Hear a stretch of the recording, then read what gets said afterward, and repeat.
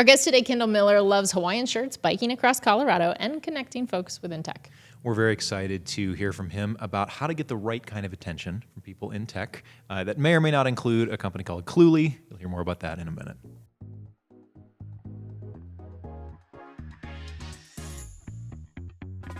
All right, well, welcome back to Velocitea. We've got a very special guest with us today. I just realized I don't know your last name. Miller. Can you just run with that? Can we just keep going? We'll just say Kendall. If you put the in front of it. I think you're just mononymic at this point in your life, Miller, like Prince or Madonna. That's right. Yeah. Anyway, someone who is a longtime friend of Emily's, someone I'm meeting for, I think, the second time. Sounds right. I have nothing but good things to say about you. I have terrible things to think about you, but I'm only going to say the good ones. Anyway, we're thrilled to have Kendall on the show. Kendall is how would you describe yourself, Kendall? Give me the elevator pitch for Kendall Miller. I'm a bubbly business guy. Often I'm the pretty face of the company if I can be. I mean, who wouldn't want this as their pretty face? You call yourself the chief extrovert at companies. Is that still the case? I have had that title once. I no longer have that title, but I did really like that. I love that title. It was pretty good. Yeah, so pretty good. Kendall is what I would deem a connector. I think your great gift is you are extremely social. You're able to kind of find people and find that sort of magic thing about them and connect them with a bunch of other folks. Kendall runs a lot of like the tech meetups in Denver and beyond. So. Bringing people around together. Getting people in the same room, connecting people, those are things that I'm passionate about. Has some business implications too, which is good. But yeah, that's what gets me excited. Well, let's talk about business implications. Yeah. Where do you want to talk about business implications? I feel like that's what this podcast is supposed to be all about. All right. I have a LinkedIn post in front of me that I'm going to use to queue up our discussion today. It's from our good friend Tom Wentworth at incident.io, and it's about Cluely. Have you heard anything about this startup Cluely that's been making a lot of waves on social media recently? I have not, and I'm trying not to say I'm clueless, but my understanding is the less you know about it, probably the healthier you are. Okay. It's been described as mid. Yeah, the product is straight up mid, according to Tom in this post. But the best I understand it, this is a product that was started by a guy who I think he was kicked out of Columbia or whatever university he was at. He's like a 19 or 20-year-old kid because he was going to these big tech companies and he was interviewing using some AI tool he'd written that allowed him to cheat right to the interviewers' faces, right? Beautiful. So after getting kicked out of his university and having his interviews or offers or whatever rescinded for doing that, he decided he would take this, make it a product, and he would lean into the whole cheating thing, right? So cheat in your whole life. Okay, so this is the guy that was doing the use AI to cheat on your. Correct. Is it that? Okay, so I have heard of this guy. I didn't know he started a company. Keep going. So there you go. So this is kind of how that like viral marketing. I think that's where it gets you. Like, oh, I've heard of that guy. Yep. I still don't feel like I can properly describe what the product does. But what Tom is saying about it is he says the product is straight up mid, but the marketing is ... interesting. They dominate Instagram and TikTok by paying hundreds of creators and interns to create quote unquote viral content that has very little to do with their business. Hence why we don't know what Cluely does. Also, they are relentless. Creators are required to post 4+ times a day. He says they're the closest to running the Mr. Beast playbook I've seen in tech, seems to be working as they're close to 10 million ARR. Now, to be fair, the way ARR seems to be getting calculated in tech today is like, we made $5 this minute, so averaged out, that's 100 million ARR, right? Yeah. So anyway, but he's saying, would this work in B2B SaaS? Am I crazy for even thinking about their playbook? And the picture he has associated with the post is a picture of a billboard that Cluely is running in Times Square, which is just a white background, and then in lowercase, like Arial font, it says, "Hi, I'm Roy, I'm 21. This was very expensive. Please buy my thing. Cluely.com." Wait, is that real? I thought that was a joke. No, that is actually what they paid to put in Times Square. This was very expensive. Please buy my thing. Sorry, PLS buy my thing. PLS. Well, oh man, I have so many thoughts about this. Would this work in B2B SaaS? That's the only question. So first of all, a depressingly large percentage of people, particularly in marketing leadership, are still driven by like, well, what does the playbook say? Let's just go do that. Who cares what the results are? Oh, we paid $5,000. 10,000 people showed up to this webinar. Are all of them some other country? Are all of them bots? Do we care? We got 10,000 leads. That's what we paid for. Like, there's so much just follow the rule book that in marketing, if you have the decent, like the smallest piece of humanity and just like, what would people think is interesting? Like, you're already stand out, and that's like weird, right? Mm-hmm. Like, this person said a thing that I can relate to. I mean, you see this and you're like, it's kind of funny. And like, how much marketing is kind of funny? Like the vast majority of it just isn't, right? Yeah. But then, I mean, I'm actually stuck on something that came up earlier, which is that the product is mid. And I think that I'm going to take issue with that entire premise, which is the assumption that good products win, because that is not my experience at all. Agreed. I mean, there's a reason hashtag Microsoft is still very much in business. And I'm sorry, I know you guys have some personal connections there. Maybe I can't say that. But there's some very big companies who have produced some very mediocre products for years and years and years and years and years and years and years. And like, what differentiates them? Is their product better? No. But is it easy to use? No. But is it pretty? No. But is it like literally we can sell and that's the only thing that matters, right? Yeah. Like in business, you have two problems, sales and every other problem. And if you can figure out how to sell, it doesn't matter if it's the world's most mid product. It does. And so the marketing being interesting, like him saying product very mid, but the marketing is interesting, is sort of like, okay, we have a business, right? How many companies have the most incredible products ever? How many products has Google released that are the best product ever that solves no one's problem and they learned how to sell it to no one, right? Like, so, I mean, I'm caught up on a lot of things there, but that's where my first reaction goes is like, who cares if it's a mid product? Also, making interesting marketing is like actually a pretty fucking low bar. Am I allowed to curse? Yeah. Okay. Hello, this is my podcast. Okay, good.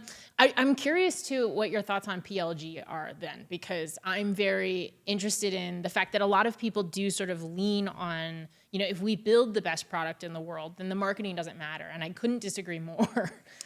Everything matters. Marketing absolutely matters. How you package, how you message.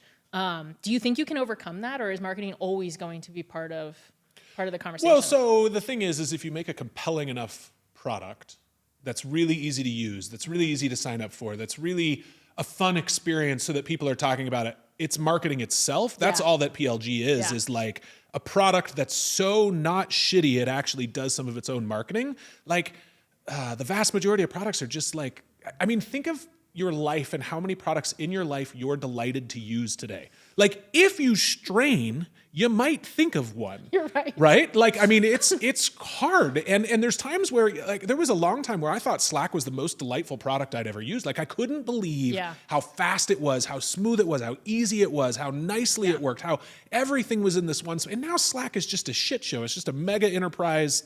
And I'm just going to shit on a lot of products in this podcast, apparently. But like, it's not a product that delights anymore. And when you create a product that delights, it leads to, that is marketing. But I would argue that if you create a product that delights, it's because the product is very specific and very opinionated.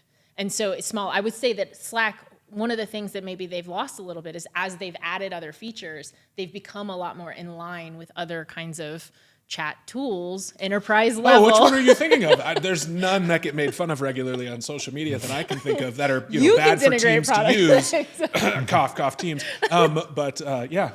It's I mean, I do think it became enterprisey when they got some. It's my understanding that I know which large enterprise client, but I won't say because it's probably not true. But they get one big enterprise client that says, "Hey, we need this to change in this, and this way," and it's so much money you can't say no. Yeah. Which, don't get me wrong, if you're in those shoes and somebody offers you that much money, you go build a shittier product to meet that one client's needs. Like, because hashtag business, we're on the edges of capitalism here, but I think. And this is going one other place that I'm sorry, I'm just like going. But I heard a talk at Scale a couple of years ago where a guy was talking about the first Xbox that was built. Okay. And he gives an example of building the Xbox and how much fun it was and how much that translated to like a good user experience, at least in the very early versions. And I don't game at all, so I have no idea if it's fun to use now. But by contrast, he talks about the screens on the back of airplane seats and how awful they are to use. Mm-hmm. And he says that the delight in using a product is directly tied to the delight in building the product. Mm. And I do think that when you design by committee, nobody's having any fun. Everybody's just like, well, we all agree that this one's not shitty, so we're going to go with that. Right. And you get the worst logo ever and the worst, mantra ever and the worst, like... I'm building things right now that people have reacted to. And I'm like, guys, I'm not going to design by committee. Like, I'm just not interested in that. Yeah. But if you're building something you're passionate about, you care about, it's not designed by committee. It's your passion. I love that. And I think it shows through in the product. Totally. So just to reel this back in a little bit, though, let's say I'm a marketer, right? Yep. Whether the product team is having fun building the product or not doesn't really affect the job that I have to go and sell the product, unfortunately. Like, I was hired 6 months ago. The product is what it is. You know, it sounds like we're saying that maybe not all attention is created equal in terms of, you know, people that are looking at the product and having something to say about it, good or bad. How do you approach going out and getting attention for these products that may be mid, right? You've been handed a basket of product features that you really didn't choose. So, gosh, when I'm in that situation, so like, I mean, I play business guy at early stage startups most of the time. And so in that situation, I'm playing product guy as well as marketing guy, as well as, you know, all these different things. And some of that is like, the first thing that I do in almost any startup I come into is just reach out to anybody in my network who I think this is relevant to and say, would you give me advice, right? Yeah. Like, if I say, hey, will you come buy my product? They're going to say, fuck no, Kendall. Like, sorry, like, right? But if you say, hey, can you give me some advice? People love giving advice, right? They'll always get on the phone and give you advice. And hey, would you look at this? Tell me what you think. Tell me how it needs to improve. And if you listen to their words, you start to figure out what is some of the marketing. Like, because a lot of times, and it's really hard when you're a founder. I'm founding something right now. It's really hard when you're the founder to see it objectively. You're like, this is the problem it solves. And people are like, I don't care about that problem. I wanted to solve this problem over here. And unless you're able to hear that, which sometimes it takes another person, right? Like, that's part of the thing that a product person brings or that I bring in it when I'm with an early stage startup is just a different ear. And like, it's not my baby. You can tell me it's ugly. I don't care. Like, if we need to sell this baby over here, that's a terrible analogy. It's really bad and I really dislike it. But you get my idea. Exactly. Like the, you know, if we need to change the baby, still not happy. Let go of the baby, Kendall. I feel like there's a better analogy, but anyways, yeah, let go of the baby. Don't like that either, Emily. You know, I can hear that. I can come back and say, hey, here's what they're actually saying. Yeah. And here's where that needs to go. And like, then part of the product team's job and part of what product's historically bad at is then motivating people for the why, right? If you just say, hey, the next feature we're building is this, that's a lot harder for people to grasp than like, hey, this is what excites customers and here's why it excites customers. Let's go build this thing that excites customers. Like, look at the problem we're actually solving. Product teams are usually actually interested in that. But if you just say the next feature, blue button instead of red button and a little farther that way, you know, everybody's like, you fucking kidding me. That was the Like, worst. yeah. So am I correct in understanding you that you believe part of your job as product marketing is to inform the product team on how they should be improving and listening, being that voice of the customer for that team? Yeah, absolutely. I mean, I don't think I would almost ever call myself a product marketer, but I end up playing that role. Yeah. I mean, I just end up playing any of the business roles. But yes, it's in that early stage company. And in any time, I mean, it doesn't matter if it's late stage company, it's still the same thing. Like, Right. what is the customer saying back to me? How do I interpret that into what needs to get built? And then not just communicate, this is what's next, right? But Yes. the why, the problem it's solving, et cetera, it does motivate people differently. And they're much more likely to go to their friend and say, check out how I solved this problem, if they understand what the problem is, absolutely. rather than, Emily, that blue button's mine, right? Like, I mean, the they're not best. going to be excited about that. And so No. it does translate into the user experience. And I think when it comes to Cluely, like, it's probably, you know, it doesn't matter how much attention they're getting on the product if the product isn't meeting that need or solving the problem, or, you know, no one's passionate about it. Yeah, right. It's gonna be a lot then of the marketing churn, doesn't right? matter. Yeah. Yeah. Well, and I'm curious, I mean, you brought up this post and I just immediately went into a long rant. What piqued your interest about it?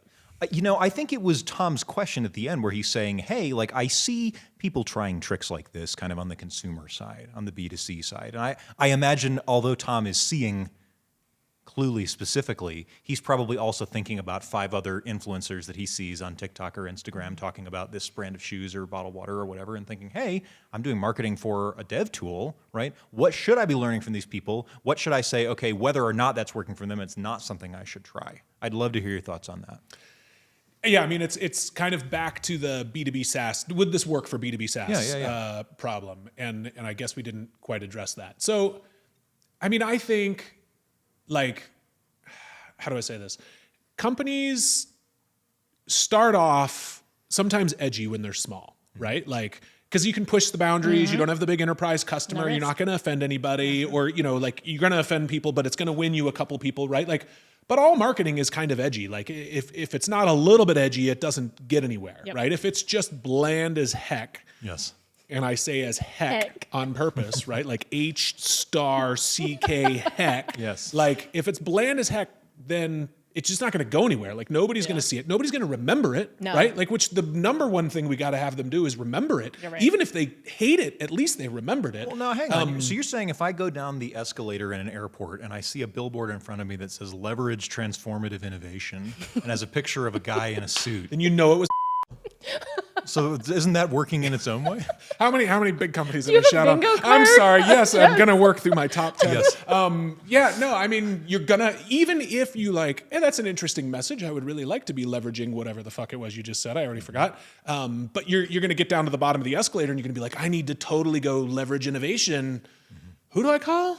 But so I think these are marketing teams. In all honesty, these are marketing teams with big budgets, with very little creative control or flexibility, Yes. and Yes. they just 100%. throw money at things yeah. that don't actually Yeah, move the and needle. Well, and having the billboard at the bottom of the escalator was one of their OKRs. Yes, Exactly. And Exactly. they're literally checking the box. Yeah. It doesn't matter what goes on. So it's a nasty slurry of like perverse and negative incentives all combining to make the thing that no one actually likes or wants to see, right? Sure. Which is so unfortunate. But so if a company can, like the reason he's asking, could this work in B2B SaaS, is what he means is if the company's sufficiently large, should this work? Yes. And the answer is it doesn't, because if it's sufficiently large, suddenly you have design by committee. At some point, the CEO's been like, whoa, I don't like that messaging. Why are we doing that? Yeah. Right? Or somebody's come over the top and been like, hey, this one guy on Twitter was upset about a thing we said. Yeah. We have to stop ever doing that ever again, which is like not how business, like first time founders really wrestle with the first time they get a sales email back. That's like, fuck you, leave me the hell alone. How dare you send me this cold email? And they're like, oh my God, what did we do? And we're like, made you him did mad. sales. Yeah. No's happen, really angry no's from some very particular, I bet this guy's bald and has a ponytail and runs Linux on the desktop. Some of those people are wonderful people. Some of I'm painting a lot of stereotypes here. But, you know, that's the stereotype of the like, fuck you, how dare you email me, Yes. right? Yes. Which like, sorry. No, I would like to point out for all of our bald and ponytailed listeners that Kendall is wearing something very close to Birkenstocks under the table right now. And a Keens, Hawaiian and my shirt. wife may or may not have almost left me when I first put these Keens on. And also, I'm very close to bald, and I would really grow a ponytail if I could. I tried like 2 years ago during COVID. It just got really long on the remember. sides, and it was really, really, really bad. So I stopped. I think that's the point of it, though. Like, it's not going to be good. There's no success mode. No, for no, that I'm fashion shows. with you, but there's So- some stages I had to go through I didn't think I could get through. yeah. And to You're be good. clear, Right to I cut. run a network of CTOs. You want to talk about the overlap between bald ponytail wearing men and CTOs? Like we're the closest to a full circle in that Venn diagram. Yes. So you touched on something that I love because I think it's the secret sauce of influencer marketing, and that's that the company has to be very particular and careful with how they message and what that kind of like brand message should be across all of their marketing. Influencers do not have that kind of chokehold on it, right? And so Yes. you have this really sort of off by one voice where they're taking that brand messaging, they're injecting what you actually want them to talk about, but they get to put it in their own words with their own flavor for their audience. And I think that's like the big benefit of it for these yes. companies. It's like Why does laundering, influencer? right? Yes. Yeah. What's that? Laundering. You're laundering, yeah. Why do influencer marketers have to exist? Like literally the only reason they exist is because a company can't have a personality. Yes, I mean, there's a exactly. reason why Wendy's on Twitter is huge Oh. or whatever it's called now. Right? Like there's a couple of I think these it's still brands. called Wendy's. Wendy's, Burger King. It's still called a Big Mac on Twitter. That's good. That's good. You know, like if a company does that, they become well known. People follow those accounts because they're interested in them. Right? Totally. But because Microsoft can't tweet something interesting to save their lives, I know. they definitely aren't posting anything on LinkedIn that's super interesting. You have to. Is this where I say Freeman and Forrest? Freeman and Forrest. Freeman and Forrest. Yes, please. Yeah. Look directly into the camera. Oh, like yep, you're sorry. not. Use Freeman and Forrest. Was that better? But yeah, I mean, that's like literally the only reason influencer marketing exists is because company marketing can't do the same thing. I think you're absolutely Totally. Yeah. Can I, as we sort of come to a close, two questions I have. What is the transition between sort of being this kind of business role for a bunch of startups and the founder? Are you like, are you able to take your own advice and apply it? Are you are there any kind of hiccups that you're running into? What has that experience been like? Yeah. So I'm really, really good at giving other people advice and really, really bad at taking my own advice. Yeah. I mean, I was on a call last week with a guy who just ripped this new product I'm building apart. And what was devastating was not the holes he found. Those are useful for me to know. Yeah. What was devastating was knowing I would have seen these holes in anybody else's product immediately. And I cannot see them in myself. And it's actually like I'm raising venture right now, and the VCs ask me a lot, like, Kendall, why now? What do you do? Why are you thinking about doing this? Yeah. And my answer is like, I'm sick of watching other people make mistakes. Like, I'm going to make mistakes. I just want them to be Kendall shaped. And like, I'm just kind of tired of just standing by and watching mistake after mistake after mistake while I'm in the background going, we don't have to fail this way. Yeah. And don't get me wrong. It's not like I'm infallible, but when I watch soccer, if they would just do what I tell them, we would win. And it's the same thing in consulting. Like, if you just listen, you'd be fine. Yeah, like why did you fail? Because you didn't listen to everything I said. Why are we at 3 million instead of 20 million ARR? Because you didn't listen to everything I said. What is the company you're founding? What's it called? So the company I'm starting is called Maybe Don't AI. That's Maybe Don't, AI. I was hoping. Something needs to say to the AI, maybe don't do that. So the story I tell, and I'll give you the real brief pitch, is if I'm backing out of my driveway and I turn to my 15-year-old son and I say, hey, I just realized the place we're going only accepts cash. Go in the house. Don't come out until you have cash. Right. Well, he has authority to go in the house. He has permission to go through every drawer. He goes in the house. He digs around. He can't find cash. And he goes, but Dad says I'm not supposed to get back in the car without cash. So he grabs Mom's engagement ring. He runs to the pawn shop and he jumps in the car and he says, here's $2,000, Dad. That's how AI agents act today. That's You're what right. Maybe Don't needs to say. Maybe don't do that. So we're building a non-deterministic policy engine to keep AI agents from acting that way. I love it. That's a great pitch. Well done. I'm excited about it. Fantastic. Well, Kendall Miller, it's been wonderful having you on the podcast. Thank you, Forrest Brazel. Oh, man. I nailed it, That was right? not even close. Brazil. I deserved it. I It's know okay. I had it wrong, but I also was sure I wasn't going to get it right, so I just went for You're it. just leaning for it. Much like an AI agent, right? But yeah, that's Yeah. right. Well- Confidence of a 15-year-old. Anyway, Kendall, it's been so wonderful having you on. Thank you for sharing some of your wisdom with us. Everyone, please make sure to check out Maybe Don't AI. Maybe do check it out. Maybe do check it out. Well, thanks once again for joining us. I have been Forrest Brazil. This is Emily Freeman, my co-founder at Freeman&Forrest. Our thanks to Britton Noel and Tyler Freeman, our wonderful producers on this episode. As always, it really, really helps us if you like, share, subscribe, however you engage with your podcast. Tell your friends. And if you have something you want us to talk about, let us know. Tweet at us. Tell us what we need to talk about on the next episode.